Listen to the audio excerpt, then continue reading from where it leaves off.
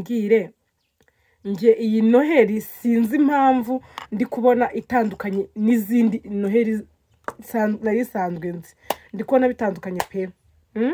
Mumbwire icya mbere, namwe mukimbwireho nimba ariko kuntu mwongeye kwirirwa abashu. Nizere ko umumeze neza, nizere ko noheri yabagendekeye neza, nizere ko ibintu byose byagenze neza kuri mwebwe nyine, dore turi ku gicamunsi cy'uyu munsi.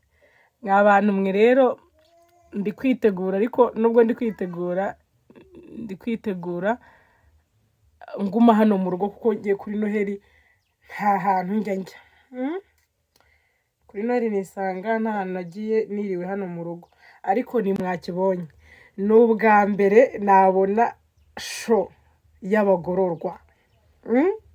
Guys, mvuze ngo iki, ni ubwa mbere nabona show y'abagororwa bari guselebratinga noheri.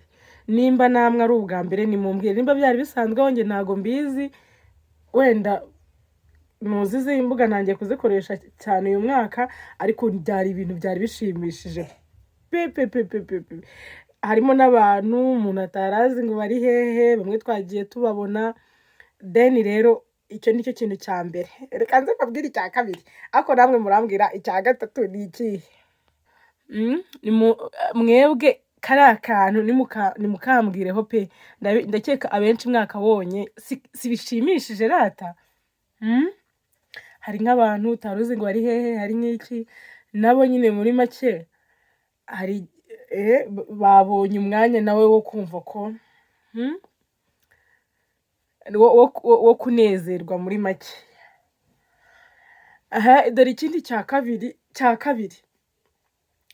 kabiri cyabaye, nyine ibintu bitangaje bya kabiri byabaye kuri muri iyi noheri ya 2025, nuko ni ubwa mbere nabonye polisi yacu, polisi y'u Rwanda iri gutanga amagifti yaha abagenzi bari kujya mu ntara. Mw'abantu mwe, kubera iki ibyo bintu biri mu bintu bitangaje? Noneho kuki mutambwiye ubu ngubu? Iyo mbimenye nanjye sinari kuba nitahiye. Iyo mbimenye rwose ko ziriya gifti ziri butangwe, umva nanjye ubu sinakabaye narangije noheri ndi muri ghetto. Ntabwo nakabaye narangije noheri ndi muri ghetto, nanjye nakaba nibereye mu ntara ndi no guselebratinga n'ababyeyi banjye. Ikindi cya kabiri, ndi guselebratinga impano nahawe na polisi. Oh my god, none ibyo byose byancitse. Kubera iki mutambwiye? Kubera iki? Ikibazo cyo kutamenyana na ubu ngubu iyo mfite nk'umupolisi tuziranye, basi ubu ntabwo ari kuba yanyibiye akarara. Ako nta kundi, it's okay. Gusa ni byiza, ibyo biri mu bintu bitangaje. Noneho bafana bacu, nawe nimba hari ikintu wabonye gitangaje muri izi mpera z'umwaka, wacyandika muri comment ukatubwira, kuko gusa njye nabonye uyu mwaka uratandukanye. Uyu mwaka uratandukanye, cyangwa hari siko mwe mubibona simbizi, ariko njye niko nabibonye. Kuko iyo umuntu arimo aragenda akura, agenda abona byinshi, enda hari ndi kugenda nsaza nanjye, wenda mwe kera mwarabibonaga, nkaba njye nangiye se kubibona ubu. Niko biri. Then umukobwa wanyu Nyirangazari ugiye kurira noheri mu buriri, ari kwitera ka makeup. Ako mujye mumbwira birambera cyangwa ibi bintu ntago ari ibyanjye. Mujye mundabura guys, mujye mundabura, nakagira umuntu uducishamo ijisho. Ega burya bamwe ndi mushiki wanyu, nkaba na mukuru wanyu na murumuna wanyu, ntimukazatume hari aho nseba muhari. Ibyo bintu sinzi nimba mubyumva nkanjye. Guys, rero bifurije kuzagira ubunani bwiza, kuko noheri iyo ndakeka uwo yagendekeye neza yamugendekeye neza. Utayibonye yihangane nkanjye.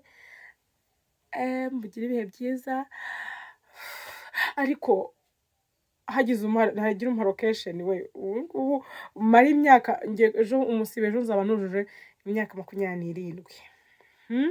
umwaka wa 27 ntangira undi mwaka ntangira noheli ndi mu rugo kuko njye ndayizihiza pe nizihiza noheli nzaza nyitangirira buri gihe mu rugo nanayirangirize mu rugo rero hagize umuntu umara kwashora muri comment yaba akoze gusa ku rundi ruhande ngira ngo mwari mwarabonye ko amavideo yanjye mvuga ko ndwaye nari ndwaye pe nari meze nabi ariko nshima Imana ko noneho natangiye noheli imeze neza ubu nacinya akadiho mukanya mfashe video ndi kwikaraga kuri TikTok mbereka ko nabaye muzima bamwe bagira ngo nasaze abandi batangira kwandika comment ntazi ukuntu zimeze ariko kuba ndi muzima byo Imana ihabwa icyubahiro bye